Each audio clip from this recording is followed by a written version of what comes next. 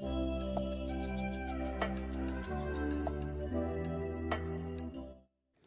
कहानी सीता माता अपने प्रभु श्री राम को रोज नियम पूर्वक सुनाती थी और प्रभु श्री राम बड़े मन से रोज अपनी सीता से यह कहानी सुनते थे। कोई भी दिन ऐसा नहीं होता था कि जब प्रभु श्री राम अपनी सीता से नित्य नेम सुने बिना कहीं भी जाएं। वो रोज प्रतिदिन अपनी पत्नी सीता की ये नित्य नेम कथा सुना करते थे और सीता जी उन्हें बहुत प्यार से सुनाती थी।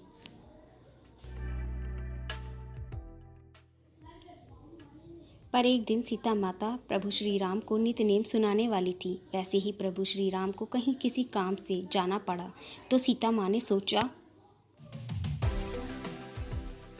कि मेरा 12 वर्ष का नित्य नेम अधूरा रह जाएगा क्या। तो प्रभु श्री राम ने कहा कि सीता, तुम रोज कुएं के पास जाकर बैठना और जो लोग भी वहाँ पानी भरने आए तो तुम उसे नित्य नेम कथा सुना देना, जिससे तुम्हारा नित्य नेम का नियम टूटेगा नहीं। दूसरे दिन सीता माता जब कुएं के पास बैठी तो वहाँ पर 2 औरतें पानी भर रही थीं, जिसमें से एक औरत के पास सोने का मटका रखा था और अपनी सुंदर पहनी हुई साड़ी दिखा रही थी। तो सीता माता ने उन्हें देखकर रोका और कहा कि बहन, मेरी नित्य नेम का नियम जो 12 वर्ष का है उसे आप सुन लो।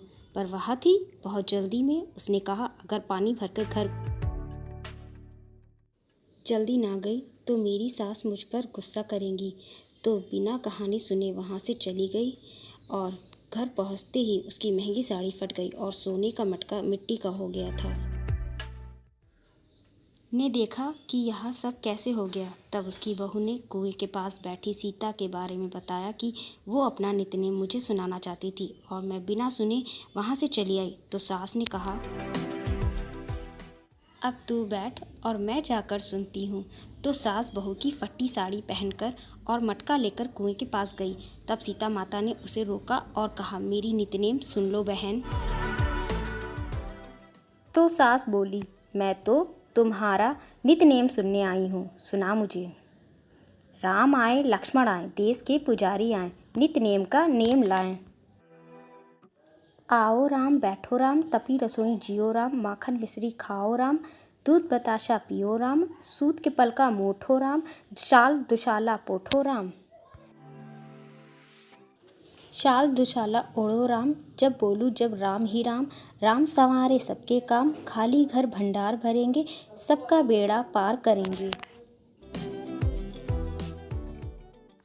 श्री राम श्री राम श्री राम, जय जय राम।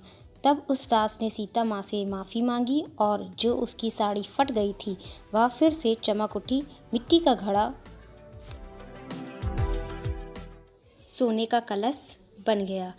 बहू देखकर सास से पूछा कि ये सब कैसे हुआ। सास बोली, ये सीता माता ने किया, वो तो लक्ष्मी का रूप हैं। पुराने से नया कर देती हैं, खाली घरों को भंडार से भर देती हैं।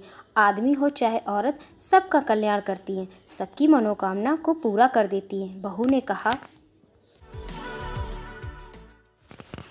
मुझे भी सीता माँ की नित्य नेम का नेम सुनना है। तो सास ने कहा, सुनो। राम आए लक्ष्मण आए, देश के पुजारी आए, नित्य नेम का नियम लाएं। आओ राम बैठो राम, तपी रसोई जियो राम, माखन मिश्री खाओ राम, दूध बताशा पियो राम, सूत के पल का मोठो राम, शाल दुशाला पोठो राम। शाल दुशाला ओढ़ो राम, जब बोलूँ जब राम ही राम, राम संवारे सबके काम, खाली घर भंडार भरेंगे, सबका बेड़ा पार करेंगे। श्री राम जय जय राम। बहू ने कहा, सीता माता की ये नित्य नेम सुनकर अब कौन भला मना करेगा। ये तो सबकी झोली भरती हैं, सारे कार्य सफल करती हैं, सारी मनोकामनाएं पूरी होती हैं। फिर अगले दिन सास बहू दोनों रोज सुबह सीता माता की नित्य नेम कथा सुनती और कहती। एक दिन उनकी पड़ोसन ने बोला, ये तुम लोग क्या सुन रही हो, जरा मुझे भी सुनाओ।